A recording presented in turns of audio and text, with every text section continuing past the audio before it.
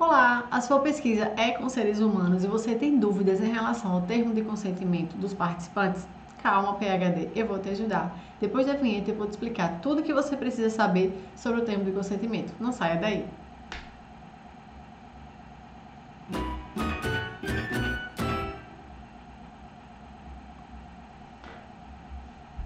Bem, primeiro você precisa entender, tá, que existem basicamente duas modalidades de pesquisa. A pesquisa ela pode ser online ou presencial. Quando a pesquisa ela é online, ela pode ser aquela pesquisa via questionário do Google Forms, por exemplo, ou SurveyMonkey, qualquer que seja a plataforma que você use. Pode ser via entrevista, onde você faz uma entrevista pelo Google Meet, pelo Zoom, por exemplo. Pode ser via telefone, tá? E outra coisa que a gente precisa considerar também é em relação ao termo de consentimento livre esclarecido. O termo de consentimento livre esclarecido, como o próprio nome já diz, é um termo, tá, feito para o participante da pesquisa, que vai ler esse termo, vai entender do que se trata a pesquisa e vai tomar uma decisão, a decisão de participar ou não daquela pesquisa. Se ele aceitar participar, ele vai assinar esse termo, tá? E esse é o termo que ele é considerado o mais importante para o Comitê de Ética, é o documento que mais volta com pendência, porque as pessoas normalmente não sabem fazer ele de forma correta, tá? Esse TCLE, ele vai ser, né, aplicado a depender do tipo da pesquisa. Se você for fazer uma pesquisa presencial, claro, você vai lá, entrega o papel, a pessoa assina, esse papel deve ser entregue em duas vias, para que fique uma via com você, outra via com o participante, tem que ter a sua assinatura de pesquisador e a do participante, tá? Se for online, aí vai depender da modalidade. Se for online do tipo entrevista via plataformas, né? No início da entrevista, você já começa a gravar e pergunta se a pessoa aceita participar da pesquisa. Você vai explicar a pesquisa, vai ler o termo e ela vai dizer se sim ou não. E aí, essa gravação, né, pode ser considerada esse consentimento. Se for, por exemplo, um questionário do Google Forms, você já deve ter observado que existe ali um campo de marcar sim ou não, né? E aí, só esse campo de marcar sim ou não é suficiente para garantir o consentimento, tá? Então, além disso, você precisa colocar ali no textinho inicial do questionário, deixar um link com o TCLE no Google Drive, por exemplo, onde a pessoa vai baixar, vai ler, vai assinar. Esse link já tem que estar com a sua assinatura, tá?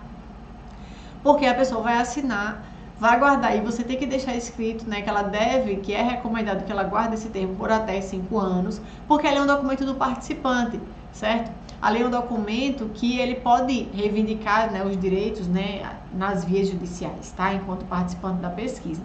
E quando a gente fala sempre aqui participante da pesquisa, termo de consentimento, a pessoa vai ler, entender e assinar, enfim.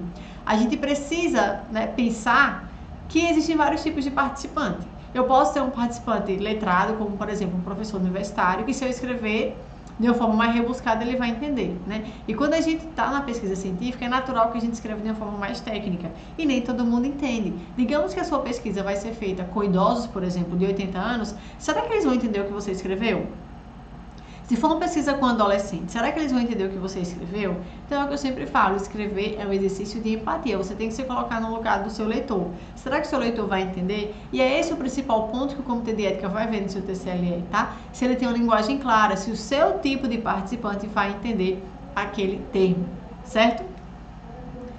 E outro detalhe, né, que eu já mencionei em relação à guarda desse documento, né? Você tem que recomendar que a pessoa guarde por até 5 anos. Se a pesquisa for presencial, você foi lá, entregou o documento, né? A pessoa vai assinar a mão e aí você vai levar uma via para casa assinada e você deve guardar isso por até 5 anos.